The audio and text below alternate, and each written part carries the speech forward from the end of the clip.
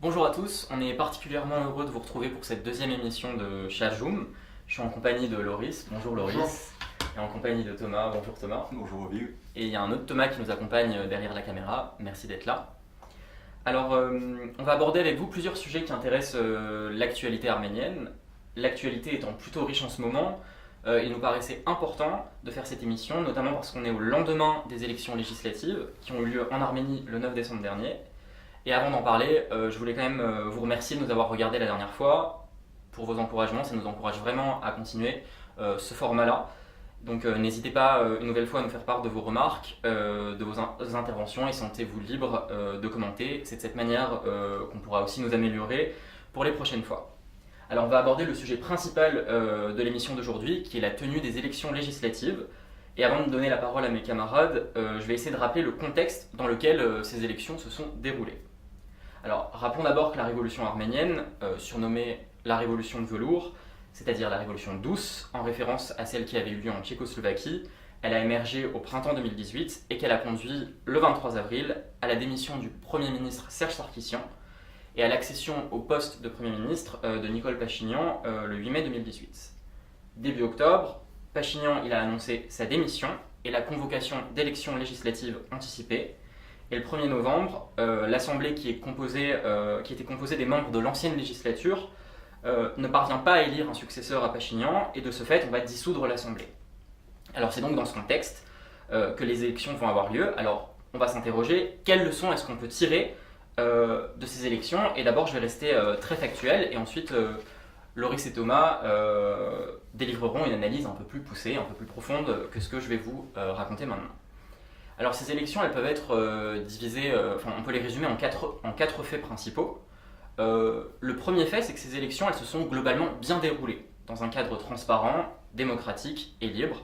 Je cite ici l'OSCE, pour qui les élections ont été caractérisées par un large degré de confiance de l'opinion publique, une réelle compétition entre les partis qui étaient présentés, et dans un respect des libertés fondamentales. Donc il me semble que c'est une première en Arménie, et qu'on peut au moins se réjouir, quel que soit notre avis sur la politique menée par Pachinian, Bien sûr. de cette avancée-là. Je ne sais pas si vous avez une remarque particulière à faire dessus. Moi, je pense qu'on peut se réjouir doublement parce que, premièrement, c'est la première fois que les élections sont aussi libres, on va dire. Je ne parle pas de l'élection de 1991, mais bon, en tout cas, depuis 1991, rien n'était libre, donc tant mieux.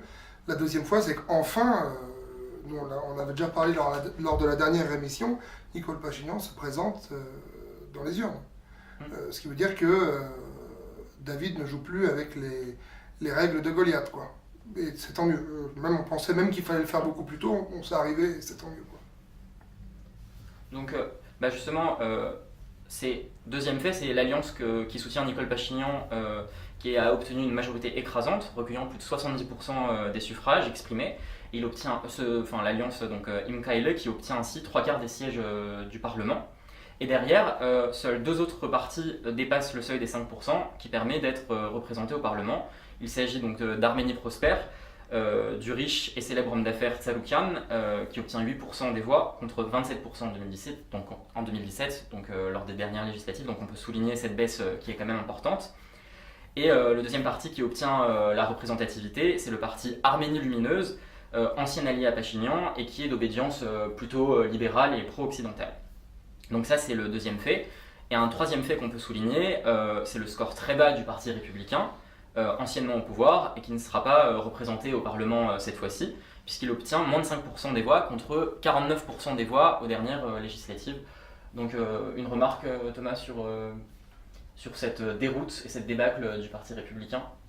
C'était quand même un peu un coup de poker pour Pachinian parce qu'on n'est jamais à l'abri que pour une raison ou pour une autre les oligarques aient pu gagner les élections. Tout à fait. Ils auraient pu faire fédération ensemble avec d'anciennes pratiques qu'on connaît très bien pour truquer les urnes ou pour payer les électeurs.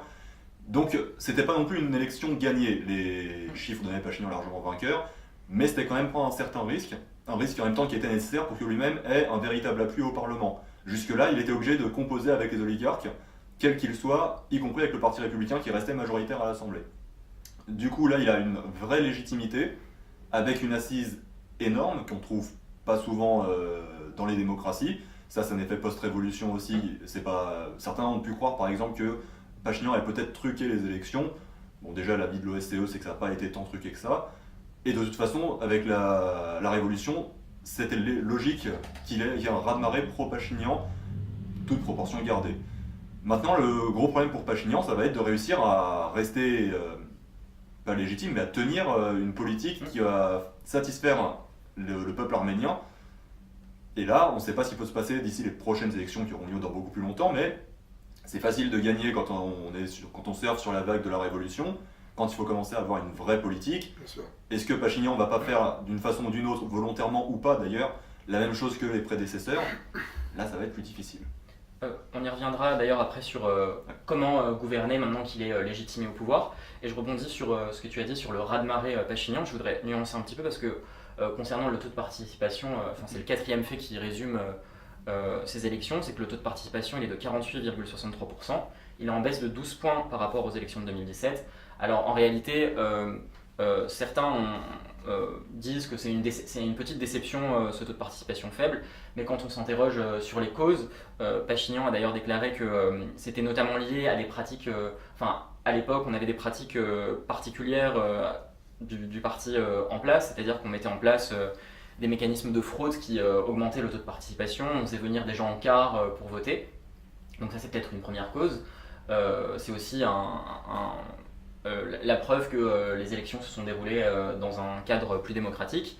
Et il y a une deuxième cause, je pense, c'est le fait que les listes électorales ne sont pas forcément à jour, puisque du fait de l'immigration, beaucoup de personnes sont à l'étranger pour travailler et elles ne sont pas là au moment des élections, donc ce qui explique aussi ce taux particulièrement bas. Enfin, je ne sais pas si vous êtes d'accord. Sachant qu'on ne peut voter, pour les élections en Arménie, on ne peut voter qu'en Arménie. Même si on est citoyen arménien, à l'extérieur, on ne peut voter qu'en Arménie. Tout à fait.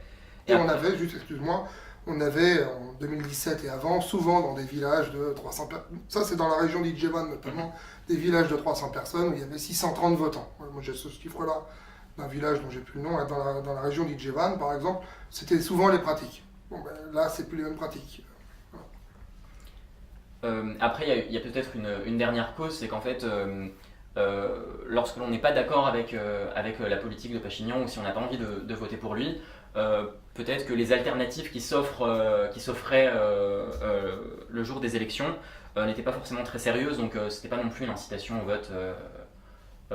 vote. Donc voilà pour ce résumé des élections. Je ne sais pas si vous avez quelque chose à rajouter. Non, puis je pense aussi qu'il y a peut-être des gens qui ne sont pas allés voter étant donné que Pachinian allait gagner cette élection. En tout cas, c'est comme ça que certains ont dû le voir et que ça ne les a pas mobilisés plus que ça. Bon, après, je ne suis pas dans la tête des gens. Et je crois que de toute façon, dans les pays post-soviétiques, les taux de participation ne sont jamais très élevés. C'est ça, et même dans les pays émergents d'une manière générale, je ne vais pas faire une liste parce que je n'ai pas forcément les chiffres en tête, mais 50% pour un pays émergent, c'est pas quelque chose de choquant. Et il faut rappeler que l'Arménie c'est indépendant depuis 1991, avec une tradition d'élections truquées dans l'indépendance ou sous la période soviétique. Donc c'est pas du jour au lendemain où tout le monde comprend qu'il faut aller voter pour pouvoir choisir son représentant, qu'on a une véritable offre, avec un véritable accès aux informations, etc. Donc effectivement le score peut être décevant si on s'attendait à ce que la révolution amène une démocratie du jour au lendemain. C'était un peu utopiste de croire ça. Un score de 50% avec toutes les réponses qui ont été apportées ici, je ne vais pas dire qu'il faut s'en réjouir forcément, mais c'est pas non plus quelque chose de catastrophique, on est loin de ça. Je tiens juste à rappeler, peut-être la conclusion, je ne sais pas, que les partis de l'ancien régime se sont grosso modo cassés les dents. Absolument. Si je vois ceux qui ont soutenu les anciens présidents Mordicus, Parti républicain et Parti et FRA, moins de 5%, 48 000 voix, quelque chose comme ça. Pour ce qui est de Gagik Tsaloukian, il a fait un score 8% au lieu de 17 avant, donc 17 c'est quand c'était truqué. C'est 27 ans. 27 pardon. 8 c'est plus la même donne. Alors il s'est quand même brouillé avec Serge Sarkisian depuis quelques années. Bon. Donc voilà. En tout cas, les gens ont vu aussi de ce point de vue-là où étaient leurs intérêts. Quoi.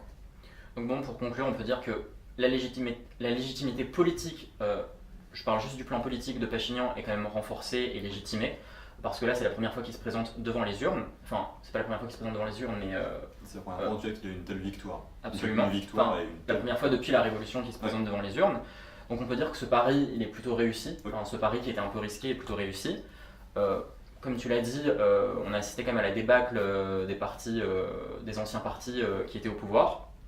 Mais maintenant que Pachinian a gagné le pari de la légitimité, on peut se demander dans quel sens il va gouverner. Et je pense que la question centrale, elle est là, c'est de savoir quelle politique il va mener. Alors, il a annoncé que après la lutte contre la corruption qui était nécessaire pour avoir une main sur les leviers économiques, il a annoncé une révolution économique. Alors la question, c'est de savoir qu'est-ce que cela signifie la révolution économique. Et je crois que Loris, tu voulais développer un petit peu la question sociale et parler des orientations sociales qu'il pouvait prendre. En préambule, je rappelle donc que Nicole Pachinian a été élu, que la révolution, donc le fait de critiquer éventuellement le pouvoir en Arménie, l'actuel pouvoir maintenant, le nouveau pouvoir en Arménie, une démarche saine et nécessaire, et d'ailleurs qui relève de la démocratie, et qu'on ne nous oppose pas les mots de dire qu'on voudrait tuer la révolution dans l'œuf. Là, la révolution vient d'éclore.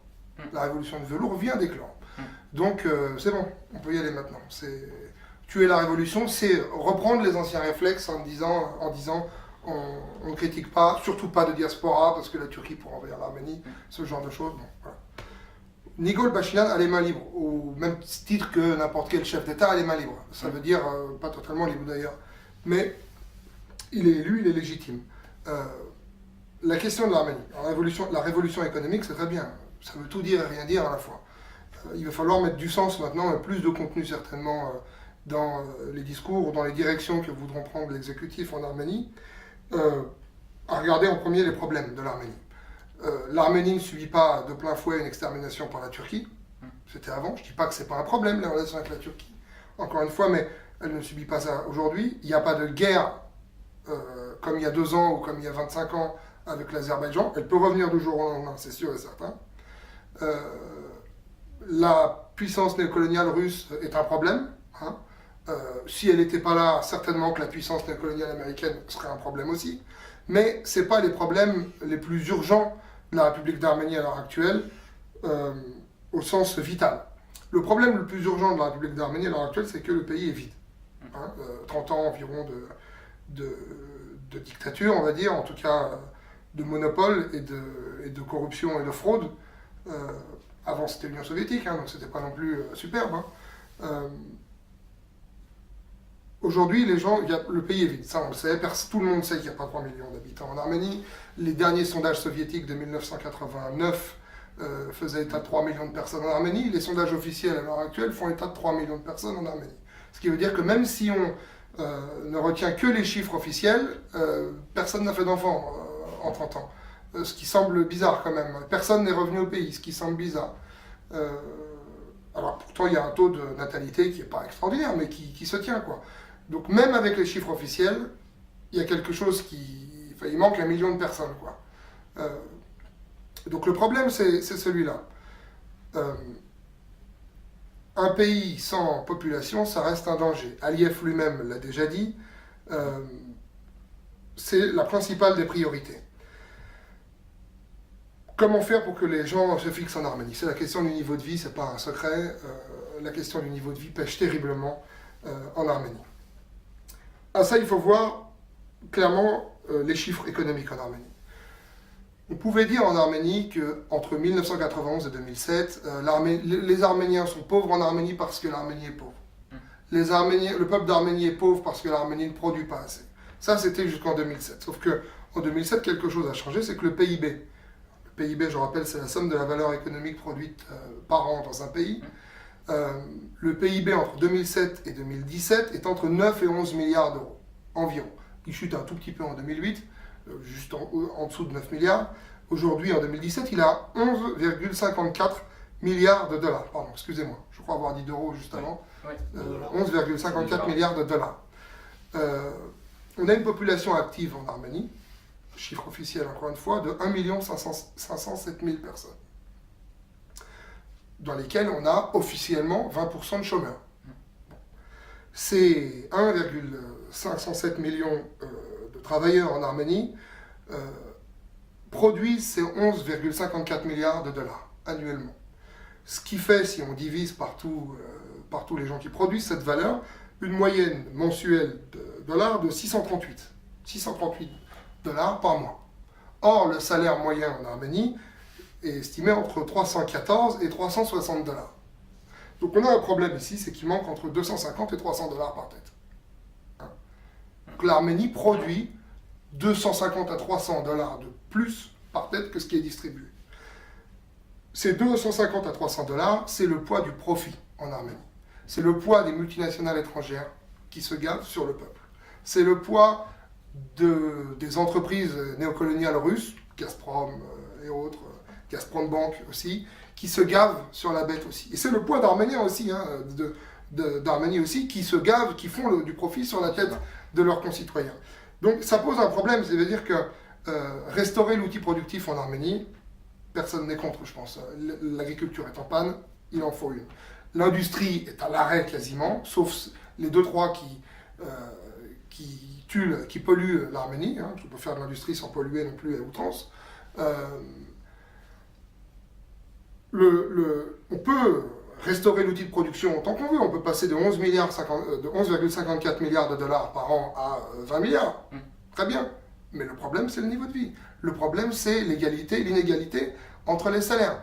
Et tant qu'on n'aura pas réglé ce problème-là, on peut suivre les conseils du FMI quand on est Nicole Pachinian. Il faudra me trouver un seul pays dans le monde dans lequel ça fonctionne, de suivre les exemples économiques du FMI. Je rappelle que ceux qui ont fait sortir l'Argentine de la crise à l'époque ont dit on a écouté tout ce que nous a demandé le FMI, on a fait l'inverse, c'est comme ça qu'on est sorti de la crise quand même.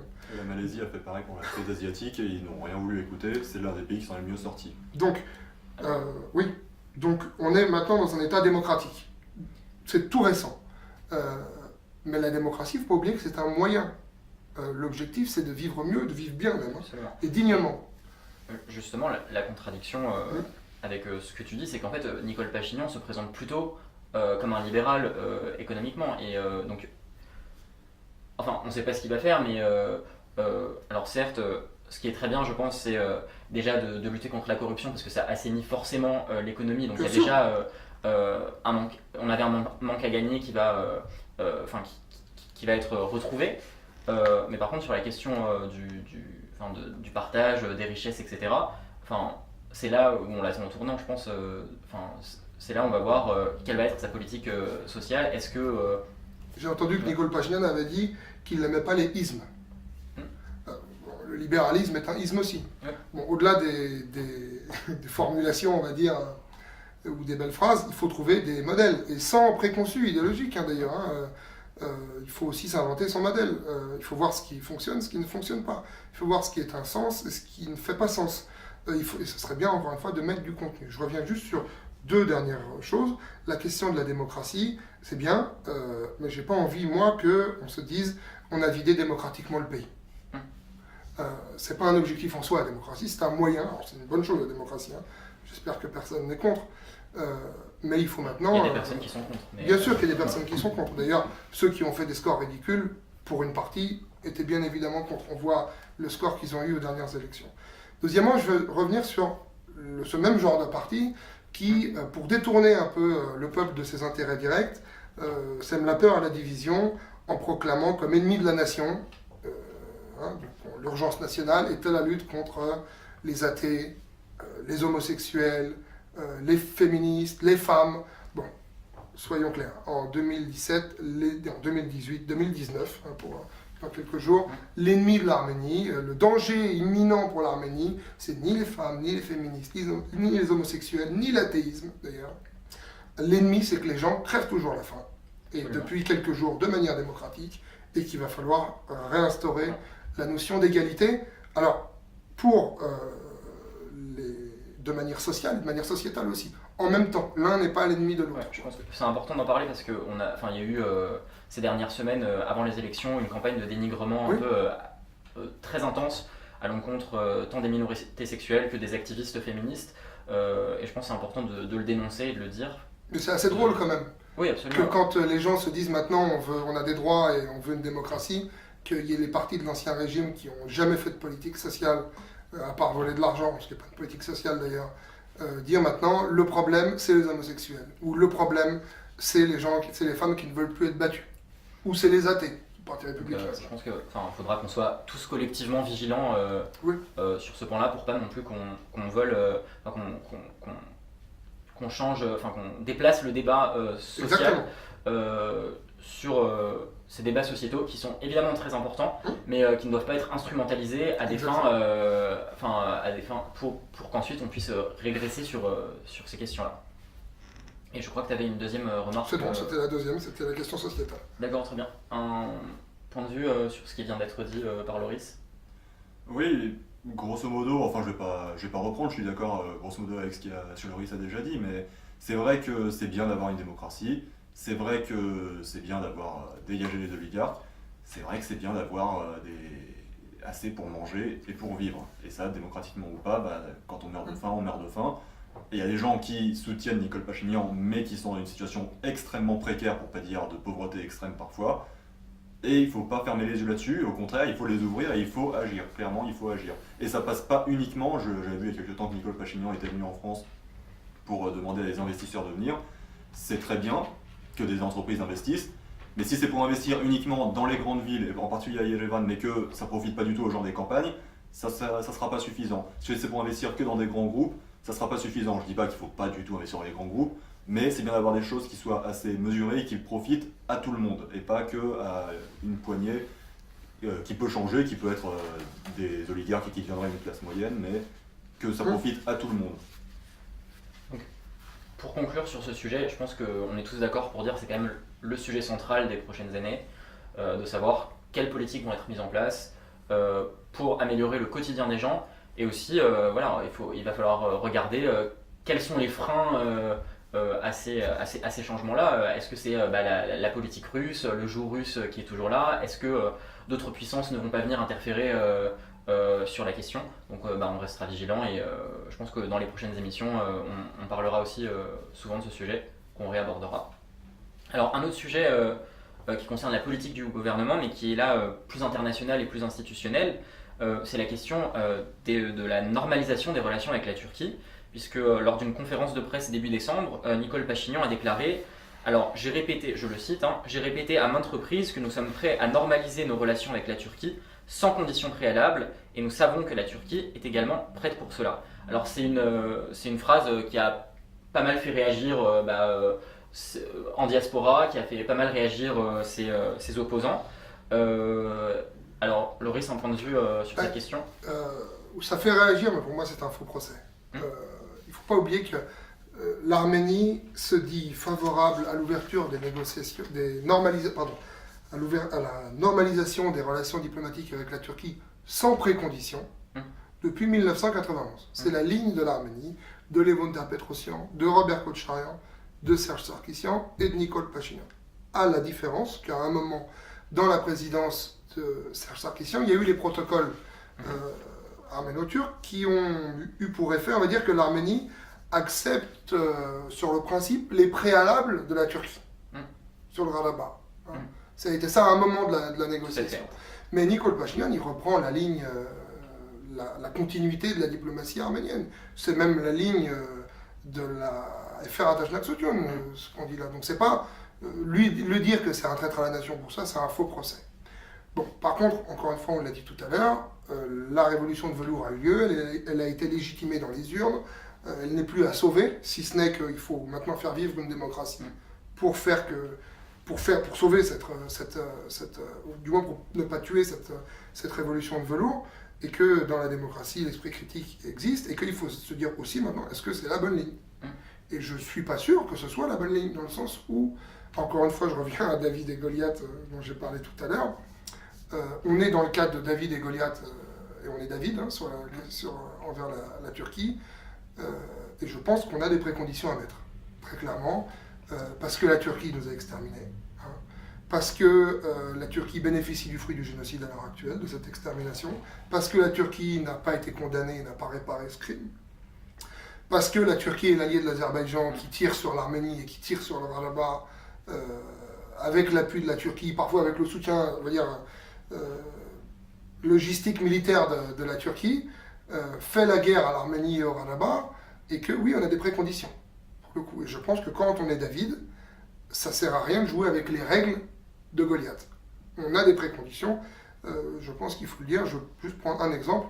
Quand je vois la ligne diplomatique du Rwanda, du Rwanda post-génocide, par rapport à la France, on dit souvent mais l'Arménie ne peut rien dire, c'est un tout petit pays. Non, le Rwanda c'est encore plus petit. Et pourtant ils ont tenu tête à la France quand la France a tenu des propos négationnistes. Et je pense que maintenant il faut qu'on se dise que peut-être le peuple doit se poser ces questions-là, de ce qu'il ne faut pas mettre des préconditions vis-à-vis de la Turquie, parce qu'on n'est pas deux États normaux, et que je parle d'État, je ne parle pas de population, et que tout simplement l'État nous a fait des griefs. Oui, nos relations ne se présentent pas là dans un cadre normal, comme tu l'as dit, mais il y a un passif entre les deux pays. Donc la normalisation, pourquoi pas. Enfin, on rappelle que c'est la ligne de Pachinian s'inscrit dans la continuité de ses prédécesseurs. Et la question, c'est de savoir vraiment, est-ce qu'on y va sans précondition, comme il l'a dit, ou si au contraire on pose nos conditions à l'avance. Et aussi, je pense que normalisation, ça veut tout et rien dire. Est-ce que c'est une normalisation sur le plan économique, sur le plan géopolitique? Est-ce que c'est une normalisation, c'est-à-dire qu'on fait table rase du passé? C'est aussi, je pense que cette question-là qu'il faudra se poser. Mais je pense que c'est tout de même intéressant que le débat se pose et qu'on puisse en débattre en Arménie, en diaspora. Et c'est pareil pour la question économique, parce qu'en fait, absolument, on a tous des préconçus dans la tête. On nous a toujours dit il faut ouvrir la frontière arméno-turque. Bon, sachant que c'est pas l'Arménie qui la bloque, c'est la Turquie. Il faut l'ouvrir, ça ne changera rien. Certains disent oui, mais on va se faire submerger. D'autres disent oui, mais tous les produits sont déjà en Arménie. Bon, d'accord, mais de manière précise et palpable, on n'en sait rien en réalité.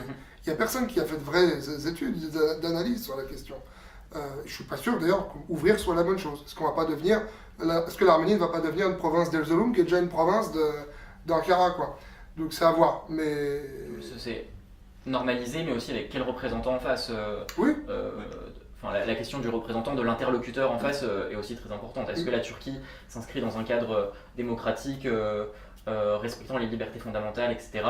La réponse est évidemment non à l'heure actuelle. Oui, même sur cet aspect avec qui on s'ouvre, c'est pas du tout la même chose de faire du business entre l'Arménie et les populations juste de l'autre côté de la frontière, absolument, des acteurs locaux, que de faire avec directement des entreprises liées à l'État turc, liées en l'occurrence en ce moment à Erdogan, mais ça pourrait être avec d'autres partis. C'est pas pour jeter la pierre qu'à un seul parti, à peu près tous sont négationnistes aujourd'hui, à l'exception du HDP.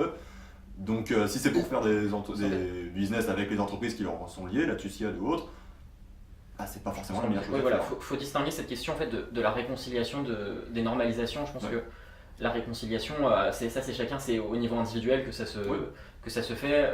La réconciliation, elle a déjà eu lieu pour beaucoup de personnes. Oui, surtout pour ceux qui ne sont pas fâchés contre les gens. Absolument. Parce que là, on parle d'État. Oui, voilà. On n'a jamais senti le besoin de se réconcilier avec des gens avec qui on n'était pas fâchés. Avec l'État, c'est autre chose. Bon, c'est des questions qu'il faut maintenant, tu peux vraiment parler, quoi. C'est une bonne chose, je pense. Je reviens juste sur le TUSIAD.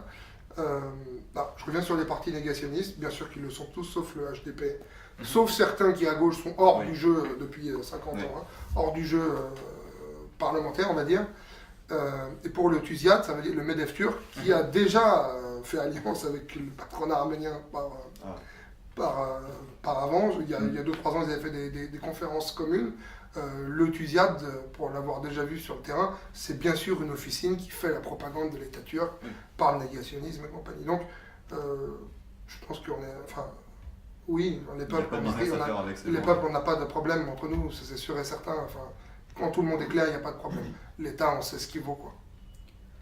Alors, sur cette question de normalisation, un commentaire supplémentaire ou on conclut. Je voulais peut-être faire un petit parallèle avec l'actualité en France, avec le député Marie Lossian qui est président du groupe d'amitié France-Arménie à l'Assemblée nationale, qui a défrayé la chronique et qui a suscité des réactions outrées de la part de certains représentants de la communauté, mais aussi des membres de la communauté. Alors, il s'est rendu à un dîner de l'ambassade de Turquie. Bon, il a répondu à une invitation. Donc, cette invitation, il en a fait part sur les réseaux sociaux. Donc, ça a créé un peu l'indignation. Alors, dans sa réponse à ces indignations, il a expliqué que le dialogue devait se faire avec la Turquie. Et en fait, ça rejoint un peu... c'est pas du tout la même échelle, mais ça rejoint un peu le débat qu'on vient d'avoir. Cette idée de dialoguer avec le peuple, elle est un peu dépassée, elle est presque hors sujet parce que le dialogue, il se fait déjà, il se fait depuis presque toujours, il n'a jamais cessé en réalité. Surtout entre militants. Absolument, nous on dialogue avec plein de personnes en Turquie, quel que soit, avec des activistes, quel que soit leur domaine d'activisme. Donc en fait, se pose un peu cette question-là. On dialogue déjà entre les peuples, et après, le débat c'est plutôt sur est-ce qu'on dialogue avec les institutions et avec quelles institutions. Pour citer Vidal Naquet, qui disait qu'on ne dialogue jamais avec un négationniste et que sur cette question-là, le dialogue n'est pas possible. En fait, l'idée même de dialogue est contradictoire avec ce qu'on défend. La notion de dialogue, c'est un terme fourre-tout quand on a une base militante crédible, ce qui doit être le cas de Marie Lossian. Il parle de dialogue, Marie Lossian, mais il n'est pas représentant de la République d'Arménie, Marie Lossian. Il est député français, dans un groupe parlementaire, dans 3 groupes parlementaires. France-Arménie, France-Azerbaïdjan, France-Turquie. Personne ne l'a mandaté pour ça. Donc c'est un peu, pour le coup, c'est vraiment le niveau zéro de la politique pour la question de son militantisme arménien. C'est aussi le niveau zéro. Il sort d'à peu près nulle part. Avoir un yan sur son nom de famille ne fait pas preuve d'activisme pour la cause arménienne ou pour le peuple arménien. J'en veux d'ailleurs comme exemple Serge Sarkissian, parfaitement d'origine arménienne. C'est lui qui s'est acharné à essayer de faire disparaître l'Arménie, bon gré mal gré, pendant des années, lui et les autres d'ailleurs. Donc la question n'est pas là. Par contre, donc Marie Lossian, bien évidemment, qu'il doit partir. Et qu'il ne nous fasse pas croire qu'il est membre du comité du groupe France-Turquie et France-Azerbaïdjan pour faire du lobbying et compagnie. C'est une technique parlementaire, ça. Quand vous voyez le groupe d'amitié France-Israël, il y a beaucoup de communistes ou des gens proches du Parti communiste dans ce groupe-là. En réalité, c'est aussi pour attaquer Israël sur des questions de droits de l'homme, et je pense qu'ils ont bien raison de le faire d'ailleurs. Mais là, c'est pas Jacques-Marie Lossian, on n'a pas attendu Jacques-Marie Lossian pour faire ça. Par contre, ce qui me fait rire, moi, c'est que tous les gens qui sont proches de ces groupes parlementaires, France-Arménie notamment, ceux qui ont des amitiés à l'intérieur de ce groupe France-Arménie, des parlementaires dits d'origine arménienne, ils ne savaient pas, avant le selfie de Marie Lossian avec l'ex-numéro 2 des services secrets turcs. C'est surtout ça le problème, c'est pas juste le fait qu'il soit ambassadeur, c'est qu'il était... Oui. Ils ne savaient pas qu'il était membre du groupe France-Turquie avant ça. Ils ne savaient pas qu'il était membre du groupe France-Azerbaïdjan avant ça. S'ils ne le savaient pas, c'est que franchement, ils n'ont pas bien lu leur fiche, quoi. S'ils le savaient et qu'ils n'ont rien dit, c'est une imposture de jouer le scandale maintenant, quoi. Bon. Merci pour ces propos qui concluent. Là, on s'est un peu déplacé le sujet des élections en Arménie, donc on va conclure cette petite séquence sur les élections législatives en Arménie. Juste, je voulais proposer aux personnes qui nous écoutent, il y a une émission sur France Culture avec Taline Termination sur la question des législatives en Arménie. Elle est du 10 décembre 2018, donc vous pouvez la retrouver en podcast sur internet. Si vous voulez creuser un petit peu plus loin et avoir l'avis d'une spécialiste de l'Arménie et avoir un avis peut-être aussi un peu divergent d'une autre, vous pouvez aller écouter cette émission. Elle est de très bonne qualité, les interventions sont de très bonne qualité. Alors, on va entamer un nouveau thème qui est lié là un peu à des sujets annexes à l'Arménie, mais on n'est pas non plus auto-centré sur nous-mêmes et on pense qu'il est important de parler d'autres sujets qui nous touchent aussi. Donc Thomas, tu voulais aborder l'actualité autour du Cambodge en ce moment. Oui. Donc, pour parler, donc récemment, les anciens dirigeants Khmer Rouge ont été condamnés, certains ont été condamnés pour génocide. Alors d'abord, il y a une chose qui m'a un petit peu marqué sur ce cas-là, c'est qu'il n'y a que 2 personnes qui ont été condamnées, qui sont Kyosampan et Nyunchea. Il y en a peut-être 5, et Duch qui était un directeur de prison, mais pas quelqu'un qui prenait les décisions politiques. Au final, il y a plusieurs dirigeants Khmer Rouge qui ont directement pris des décisions, en tout cas on le suppose.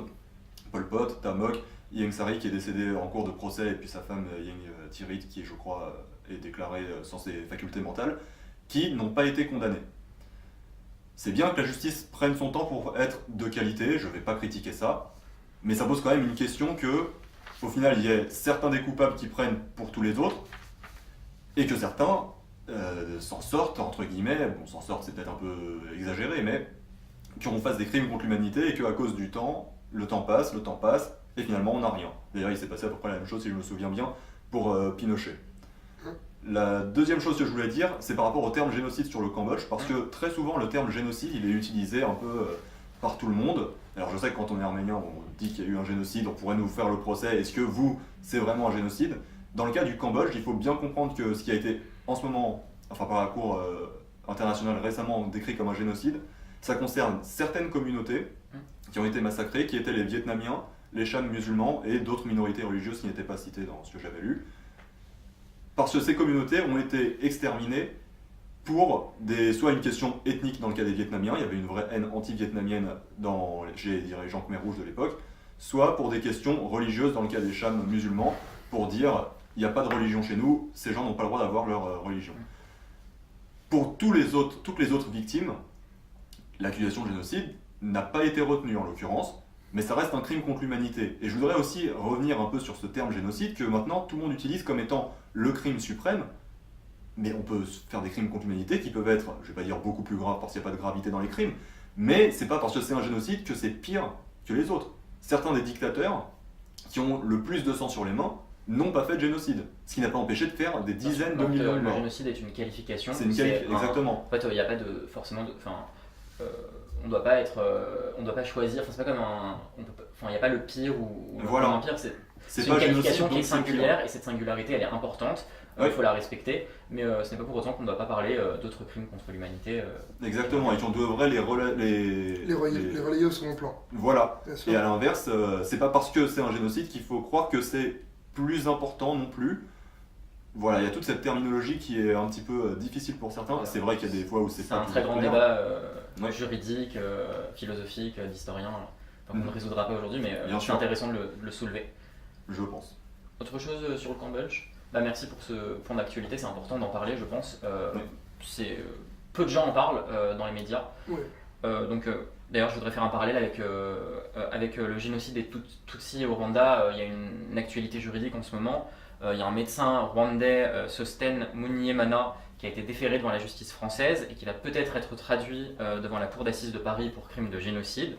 Alors, il était sous contrôle judiciaire depuis 2011, il est réfugié en France depuis le génocide. Alors, certes, on peut regretter la lenteur des procédures, il y a plein de raisons à ça. D'abord parce que la justice met du temps à faire son travail, mais aussi parce que la politique de la France a longtemps été contestable sur ce sujet. On pourrait y consacrer une émission entière là-dessus. Bon, elle commence un petit peu à changer, même s'il y a des choses à critiquer. Donc, on va suivre avec attention ce procès. Alors, en Belgique, c'est la même chose. Il y a 5 Rwandais accusés d'avoir pris part au génocide des Tutsis de 1994 qui ont été renvoyés devant la cour d'assises et qui vont aussi être jugés pour crimes de génocide et crimes de guerre. Donc on va suivre tout ça avec attention et on en reparlera prochainement, tant sur notre page Facebook ou dans l'émission si nécessaire. Donc voilà, ça c'était pour un peu parler des actualités annexes. Alors je voudrais passer à un autre sujet qui me semble important et je pense qu'il est important de ne pas le relayer au second plan. Alors c'est un petit point société qui concerne la question des violences conjugales. Alors en octobre, lors d'un reportage TV5 Monde sur les activistes féministes en Arménie, alors j'ai relevé qu'une porte-parole de YELK, qui était donc la coalition au pouvoir, lorsqu'elle était interrogée sur la question des violences conjugales, elle a déclaré « Mais quelle violence conjugale en Arménie ?» Alors je pense que ce type de posture, quel que soit le gouvernement, n'est plus acceptable, elle n'est plus tolérable. Et il ne faudrait pas que les femmes soient aussi les grandes oubliées de la révolution de velours. Alors il y a une enquête qui montre qu'une Arménienne sur 4 est victime au cours de sa vie de ce type d'agression. Alors certains pourront répondre cette enquête elle n'est pas fiable, etc. Il n'empêche que les violences conjugales, ça existe partout dans le monde, y compris en Arménie. Alors il y a des personnes qui souffrent en silence, mais il y a des personnes qui ne pourront plus jamais parler puisqu'elles sont décédées, qu'elles ont perdu la vie à la suite de ces violences. Donc la question, elle est aujourd'hui de savoir si le gouvernement est prêt à lutter contre ces phénomènes. Et comme tu l'as dit tout à l'heure, il faut être très vigilant sur l'instrumentalisation de cette question par les anciens partis. Et voilà, il faut être attentif à ça. Est-ce que le gouvernement est prêt à mettre en place un arsenal juridique efficace pour lutter contre ce phénomène? Et aussi, est-ce qu'il est prêt à utiliser les moyens éducatifs de prévention pour aussi changer une mentalité, et sans que cette question soit instrumentalisée par l'opposition en expliquant que c'est la fin de la famille traditionnelle arménienne. Non, le fait de frapper sa femme et son épouse n'est pas une valeur acceptable, quelle que soit la culture. Et quelle que soit la famille d'ailleurs. Voilà, quelle que soit la famille. Et je ne crois pas que ce soit une tradition arménienne. Et dans tous les cas, quand bien même ce serait une tradition, je trouve que parfois dans la communauté, la tradition, elle a un peu bon dos pour opprimer certaines personnes. Donc toutes les traditions ne sont pas bonnes à perpétuer. Mais pour moi, le scandale dans cette affaire, c'est qu'il y ait des violences conjugales en Arménie et dans plein d'autres pays dans le monde d'ailleurs, dans tous les pays dans le monde d'ailleurs, ça c'est une réalité. Je ne sais pas, sans avoir aucun chiffre en tête, je ne sais pas s'il y en a plus en Arménie qu'ailleurs. Je ne pense pas que notre discours, ça soit de dire il y a plus de violences en Arménie, il y a trop de violences conjugales en Arménie. Il y en a, on le dénonce. Mais le problème, c'est que certains disent qu'il n'y en a pas en Arménie. Parce que c'est en Arménie, parce que c'est des Arméniens. Ça, c'est ça le vrai scandale. L'homme arménien ne frappe pas sa femme par essence. Où les conflits doivent se résoudre dans la cellule familiale qui est la base de la nation. Faut arrêter le délire. Donc voilà, c'était un peu le petit coup de gueule. Faudrait pas que les droits des femmes soient les grandes oubliées de la Révolution. Et donc voilà sur ce sujet. Alors on va terminer avec un petit point culture. Thomas, tu voulais nous présenter un ouvrage. Un livre effectivement qu'on a lu attentivement pour beaucoup chez Charjoum, qui s'appelle La route de mon frère par Marc Melkonian, qui est le frère de Monte Melkonian. Je vais parler un petit peu par rapport à comment moi j'ai lu ce livre, parce que j'en ai un peu ressenti. Moi j'avais déjà entendu parler de Monte Melkonian comme étant quelqu'un qui est parti se battre pour la guerre au Kharabakh, qui était parti d'abord au Liban. Bon, présenté comme ça, c'est quelqu'un qui était dévoué à la cause, mais ça donne aussi, moi c'est ce que je croyais avant de lire ce livre, un aspect un peu nationaliste. On va prendre les armes pour protéger les Arméniens parce que l'Arménie, la nation, etc. Et ben en fait, en lisant ce bouquin, je me suis rendu compte que c'était beaucoup plus poussé que ça. C'est pas juste je vais prendre les armes parce que j'ai envie d'aller faire la guerre. Monte Melkonian, c'est quelqu'un qui a eu un véritable parcours associatif pour l'Arménie quand il était encore aux États-Unis, avant de partir en se disant on peut pas juste défendre de loin, bien protégé aux États-Unis, mais il faut aussi être sur place pour agir. À une époque où il a parfois été nécessaire de prendre les armes, également parce que c'était un contexte international qui était, je vais pas dire propice à cela, mais où ça se faisait ça se passait un peu de façon différente. Une époque où il y a eu beaucoup de luttes armées pour beaucoup de peuples qui étaient opprimés. Il faut comprendre que l'État turc aujourd'hui, c'est pas l'État turc des années 70 et encore moins celui des années 80. Il n'y avait pas les mêmes possibilités de dialogue ni avec l'État, qui n'y a pas forcément aujourd'hui, et encore pas forcément non plus avec les populations. Monte Melkonian, c'est quelqu'un qui a aussi beaucoup voyagé, c'est quelque chose que j'ai apprécié de voir. Il est parti au Vietnam quand c'était la guerre, il est parti en Corée du Sud et au Japon où il a suivi même des enseignements bouddhistes, ce qui montre une grande ouverture d'esprit. Il était en Iran au moment de la révolution iranienne, puis au Liban au moment de la guerre du Liban, et quand on est dans un pays en guerre, on prend les armes, pas parce qu'on a envie de se battre, mais parce qu'il faut se battre pour survivre. Il a voyagé dans énormément de pays, il parlait plusieurs langues, il est parti en Turquie quand il était jeune, où il est retourné dans le village d'origine de sa famille. Et c'est dans tout ce parcours que la lutte armée est apparue nécessaire à certains moments. Pour protéger les populations arméniennes, que ce soit les populations arméniennes opprimées au Liban, puis les populations arméniennes opprimées au Karabakh au moment de l'indépendance. Le but, c'était pas nécessairement de tuer des gens pour tuer des gens, c'était vraiment une lutte de protection dans un contexte où des Arméniens étaient largement persécutés. Mais il avait aussi une vision politique, alors bon, il n'avait pas forcément établi toute une constitution et autres, mais c'était pas juste dire il faut défendre les Arméniens parce que les Arméniens sont un peuple sacré ou je ne sais quoi, comme j'ai déjà pu voir sur YouTube que quand on est arménien, on serait un peuple supérieur. C'était aussi un vrai projet social, de lutter contre les inégalités. Quand il est parti en Asie, il a vu les populations qui étaient pauvres, et il a compris que, sa compréhension des choses, c'était de dire qu'il y a des puissants qui oppriment des personnes beaucoup plus faibles. Les Arméniens en font partie, parmi beaucoup d'autres peuples, parmi lesquels les Kurdes, mais parmi aussi des peuples où certains sont opprimés par leur propre peuple. Et ça, il l'a en partie vu en Arménie, mais c'est beaucoup plus vérifié par la suite. Une grande partie de la population arménienne a été opprimée par des Arméniens. Et Monte Melkonian, dans tout son projet, toute sa réflexion, il n'était pas du tout question de se fermer à ça, mais au contraire de dénoncer tous les types d'oppression que ce soit d'un peuple sur un autre, comme ça peut être le cas des Turcs sur les Arméniens, mais aussi des riches sur les pauvres, potentiellement même des hommes sur les femmes, comme c'est le cas encore aujourd'hui en Arménie avec ce qu'on disait. C'est vraiment un combat pour la justice et un combat social, pour une équité sociale. Et ça, je trouve que c'est pour ça que c'est important de lire ce livre, déjà pour mieux comprendre qui était Monté Melkonian, que la lutte arménienne, c'était pas que des luttes uniquement nationalistes pour des intérêts nationalistes, mais également des projets sociaux, des projets de justice. Et Charles Joum, on essaye de rentrer dans cette ligne. Je dis pas qu'on est forcément au niveau de ce que Monté Melkonian a pu imaginer ou vouloir ou faire, mais en tout cas, on essaye d'être un petit peu dans cette ligne. Et je pense que les luttes, d'une manière générale, des peuples devraient être dans cette ligne, pas juste se cantonner à un seul aspect en disant nous on défend que ça, mais qu'une lutte globale d'un peuple, c'est pour la justice et l'équité de façon globale, pour le peuple en question et pour les autres. Et je pense que Monté Melkonian était dans cette vision. En tout cas, c'est ce que j'aurais ressenti du livre. Merci Thomas pour cette chronique littéraire.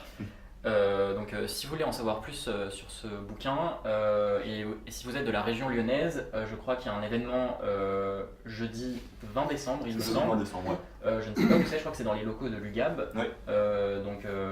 C'est le soir, vous pouvez vous y rendre et vous aurez une personne qui représente la maison d'édition qui vous en dira plus et vous pourrez vous procurer le livre si vous le souhaitez. En tout cas, c'est un livre très intéressant. Oui, Loris. Réellement, non. Réellement, c'est un vrai beau cadeau de Noël, mais sans rigoler. Non, très sérieusement, moi je rejoins tout ce qu'a dit Thomas. C'est l'histoire de quelqu'un qui s'est fait tout seul. Oui. Sans chapelle, qui a fait ses erreurs d'ailleurs. On les voit qu'il fait plein de petites boulettes de temps en temps. Son frère souvent le critique d'ailleurs dans ce dialogue. C'est assez intéressant, mais il s'est fait tout seul, il est allé jusqu'au bout de son idéal et c'est vraiment un livre très intéressant. On terminera sur ces mots, Loris. Merci Thomas, merci Loris, merci Thomas derrière Merci la caméra. Et Merci. on vous souhaite de bonnes fêtes et on vous retrouve très bientôt, à la rentrée probablement. À bientôt. À bientôt.